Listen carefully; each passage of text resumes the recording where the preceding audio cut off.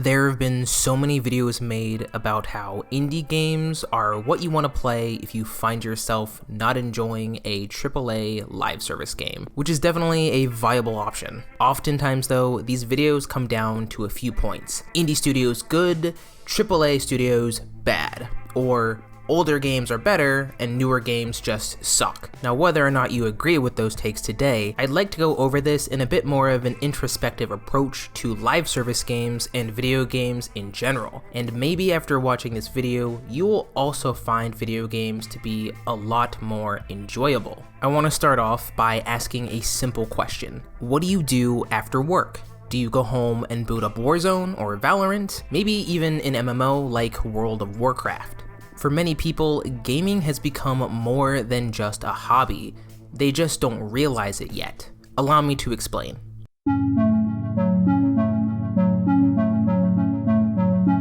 It's July of 2021, and I've booted up The Elder Scrolls Online for the 18th consecutive day. Part of that was because I used to make content on MMOs, so I just, needed to capture footage. But I also had gotten into Elder Scrolls as a whole and had become pretty immersed into the MMO. I really liked playing it, and I didn't think anything of what I was doing at the time, and that's the start of the journey. I didn't even think about getting online. I just did. It was what I had been playing and streaming for over 2 years. It became a habit. Some would call it a lifestyle, but that seems a little bit too extreme. One day I was riding through Somerset, my favorite zone in the entire game, doing some overland questing, and just like that, I had an interesting realization. I actually don't enjoy this. Well, I don't enjoy this anymore. Now, on its own, you might be thinking, Noble, that's pretty natural. Everyone goes through phases like that. You enjoy something for a while, and then you move on. But let's break that down a little bit further, guys. Remember what I said a few moments ago? My brain had autopiloted itself to boot up the game. It became a habit. Whether it was doing my daily dungeon finder or daily writs, I, in fact, was stuck in a loop. Then I began to think to myself, when was the last time I smiled or even laughed while playing a game that I was making content on? And it took a while for me to find that answer. It's like that scene in American Dad where Haley gets a promotion at work and Stan tells her about the bright future of monotonous life. Oh, I envy you. Just starting out on a job you'll do for the next 40 years. The turbulent wave of life's joy and despair will become a flat line. What? And after I had this realization myself, I wanted to see if I had experienced this before, and I did, though I didn't want to believe it at the time. And that was back in 2018 with Fortnite Battle Royale, and then more recently in 2023 with Overwatch. This is where I'd like to introduce the biggest problem with modern live service games. We will classify modern games from 2015 onward, though these strategies have been slowly deployed by game companies since the late 2000s. Game companies have gotten really good at drawing a player in with flashy graphics and the promise of an immersive experience that you will not want to miss out on. They have also gotten really good at keeping you in once you've started. This could range from the loot grind to attain better gear or flashy cosmetics to unlocking features that could only be achieved after certain playtime benchmarks. Now this by itself is not a malicious way to keep players. One of my favorite games to play back in the day was Halo Reach. I talk way too much about Halo on this channel, oh my god. And in order to get my favorite helmet, I had to reach a certain rank in the game and have enough credits to buy from the customization section. And this was back when these systems weren't so predatory. However, in today's game economy, that very same system has been used to integrate the game into our subconscious. Well, if you don't play every day, how can you progress? How can you get more power or skill? And if you don't play at least for 2 hours a day, is it even worth playing? These are the questions that studios have gotten good at answering for the player. And when I thought about it this way, I felt so stupid. Ray shields. Wait a minute. How did this happen? We're smarter than this. Apparently not. Game studios are making money off of a habit that I believe they have spent a lot of money to engineer. Companies seem to be less focused on building a game you can immerse yourself in and more on how they can trap players in a vicious cycle, which might seem like both of those things are the same, but they aren't. You've seen those memes probably from the Destiny community where some players will continue to play even though they don't enjoy the game anymore. Because of all the time they've spent playing, it feels like a waste to stop playing. You've invested so much time and money. This is also known as the sunk cost fallacy. Pretty soon, you have people logging in to play a game daily that they no longer enjoy, but continue to play because the habit has been established. And you are, as I was, stuck in a loop. This might seem like a little bit of a stretch, but bear with me please. This is similar to a day job. Now, not all of us want to show up to work every day, but we do because it guarantees us a paycheck so that we can do other things with our life. Obviously, unless you're making content from video games and that's your full-time job, this is not a one-to-one comparison. But think about it. You go to work every day, and for most of you, it probably isn't the most exciting thing. Every once in a while, you'll have a really good day at work that gives you motivation to continue and believe that there are better days ahead. Now let's look at it from a video game perspective. You come home from your job that you're probably not that passionate about, only to get online to whatever live service game you've been grinding for the past year and a half, and you're not really having fun. You're just doing it because it's what you've been doing for the last year. Sometimes you'll get a really good game session in, or you'll get a really rare piece of loot that motivates you to keep playing that game because you think that there are better days ahead, or you feel like you've accomplished something and can enjoy the game now that you've gotten this particular item. But then, inevitably, after a while, that too fades, and you're back to that middling loop. Now, I want to be clear, I'm not saying that every gamer does this, and if you still genuinely enjoy logging into a game every day for whatever length of time, that's honestly great. I'm glad that you're enjoying your game of choice. But I think that for a lot of us, we can agree that we have fallen into this cycle at some point in time. Or maybe if we're honest with ourselves, some of us might still be in it right now.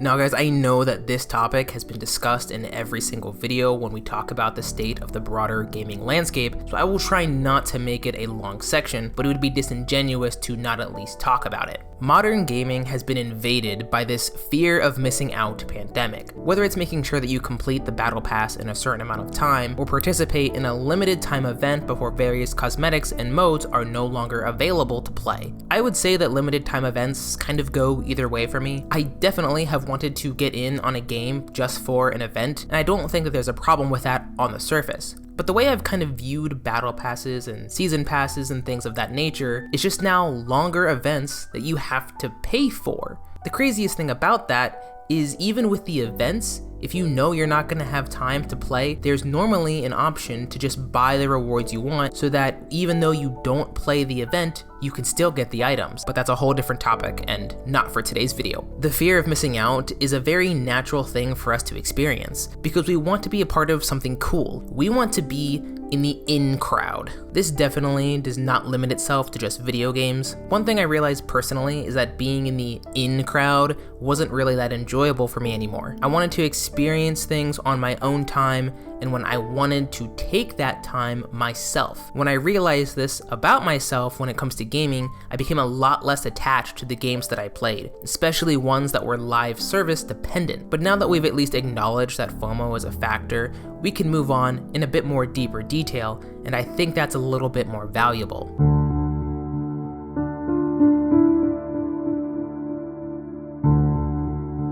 I mentioned live service a couple of times in the previous sections, but I want to take a little bit more of a focused approach. Why has not participating in live service games made me enjoy video games again? Like I said before, all of these companies care about is making live service games in 2024 and beyond. This almost is the key component in recognizing why many of you aren't enjoying video games anymore. I had tackled why video games aren't fun anymore in a previous video, and one of the points that I made was that video games used to be made for people to enjoy. Video games in the modern era are being made to steal people's time, attention, and most importantly, money. This makes it sound a little more sinister and evil than I'm trying to make it sound, but gone are the days where you would get a game, play through it, and then if it had a multiplayer, you could play that on the side. Or if it didn't, you would finish the game and just move on to the next one. This isn't the case anymore for most people. It seems like people are seeking out games that they can commit to for multiple years, or just a game that they can sink thousands of hours in and not worry about any other type of game. And I'm not here to judge, because I did this with gaming for most of my life, and some people really enjoy that. I don't mind having a game that I play consistently over the years, but that's a lot different than some of the people today who are putting thousands of hours into a video game in one given year. You used to spend a lot of time in a video game because you enjoyed the gameplay, maybe you had friends that you were also playing with. You don't spend as much time in games with that sentiment in mind anymore. It's usually because you have to get your daily or weekly challenges done for some middling level progression. There's a really good video called Live Service Has to Go that is made by Testing Triangles. I highly recommend you give it a watch. And while I'm not totally convinced that live service has to completely go, I would say that the current model of live service could definitely use a facelift. When I was asking myself all of these hard questions about the games that I was playing and why I was playing them, I honestly felt a little scared. Had my free time and enjoyment factor been hijacked by a direct ploy by companies to take my time and money? The short answer is yes, and that's a little freaky, but it doesn't all have to be doom and gloom.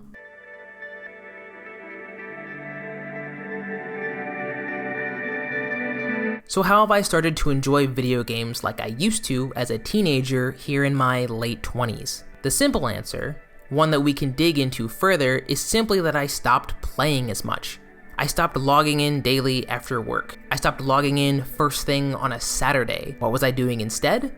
I was doing other things, from practicing my golf swing to continuing my amateur bodybuilding. Now obviously guys, I'm not ending this video by suggesting you all go outside and touch grass, however that is part of the solution. Part of getting rid of a habit, unwanted or otherwise, is replacing it with a different one, and hopefully that's better. And that doesn't necessarily have to be with going outside or going to the gym. Let's stick with the gaming portion of this. One thing that I've done, aside from playing less video games in general, is playing less live service dependent games. I have been revisiting old games like Star Wars Republic Commando and Tomb Raider, the definitive edition. And for some of you hearing me say that, it's almost treasonous because I have basically been a multiplayer only gamer shill for a very long time. I used to make videos criticizing people who played single player, which looking back on it now, I realized I was just a 21-year-old stupid kid. That was literally 6 years ago. Single player games provide the same amount of immersion as multiplayer games, if not a little bit more. Part of that is due to the fact that it's single player and there isn't an opportunity for someone to mess with your experience. But the other part is that those single player games are linear. There is a clear beginning and a clear end. And there is honestly something beautiful in that system. I hadn't played Republic Commando in over a decade, but after I completed it, I felt better than any of the last 4 years that I've played live service games. And maybe that was just because I hadn't played it in a while, but I believe this because I was able to decouple myself from the never-ending grind and expectation that is live service. I can pick up the game and put down the game as I see fit for my life. Gaming can go back to what I believe it was always meant to be, and that's a hobby. And a true hobby is not something you spend so much time on that you begin to hate and despise. Now, I still consider myself a gamer. I play a few hours a week. And I'll tell you what, my gaming sessions have been so much more enjoyable and rewarding that I can't wait to get back to my next play session to figure out what I'm going to do next. Whether that's play the same game if I'm going through something, or trying a different game that I haven't before. Another component of enjoying video games, and I don't think this gets talked about nearly enough in the gaming space, is this weird need to check reviews and scores of games before you try them. I asked my community if they read or watched reviews prior to picking up a game, and 92% of them said they did. No, I'm not here to judge what you want to do, whether you like reviews or not, but I'm hoping I can provide you with a little bit more of a different perspective when it comes to this particular part of gaming. And this is definitely going to sound like I've been paid by Ubisoft to recommend this game, but bear with me again. Up until recently, I have not been interested in Star Wars Outlaws, but after watching a few videos about the game, I find myself being cautiously optimistic like most people in the community, but I do find myself getting excited at the prospect of another really good Star Wars single-player game that isn't, revolving around Force users or some weird Jedi or Sith we don't know. I really like the aspect of where I think Star Wars Outlaws is going. I'm bringing this up because most people in the comment sections are telling you to wait, don't buy it on day one, don't pre-order, and various other things. Now, I'm not saying that they don't have a good reason for telling you guys this or putting this in the comment section, but I think part of what sours people on games before they probably should is the fact that we are letting other people shape our opinions on games too much. It's one thing depending on the game. I think live service games, this is probably a little bit more applicable, but with Star Wars Outlaws in particular for myself, I do plan on buying the game day one. I might even pre-order it just because I'm not gonna miss the $70, and I don't see a huge problem with that for me personally. Whether or not it's a good game or not, to me, is going to depend purely on, am I enjoying the game,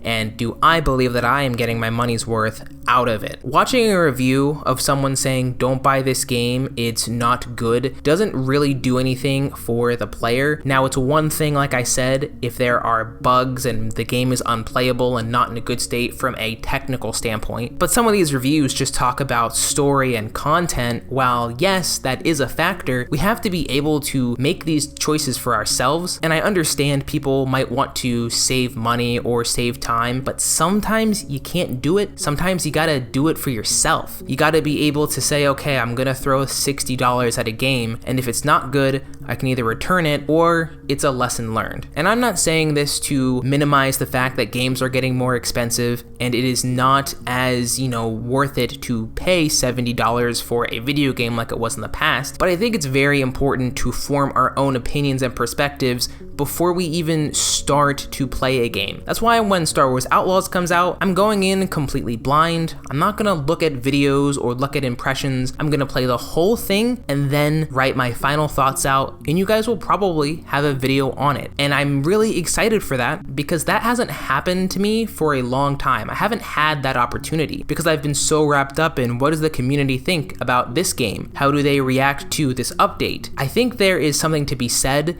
about just picking a game that you think you'll enjoy and going in head first.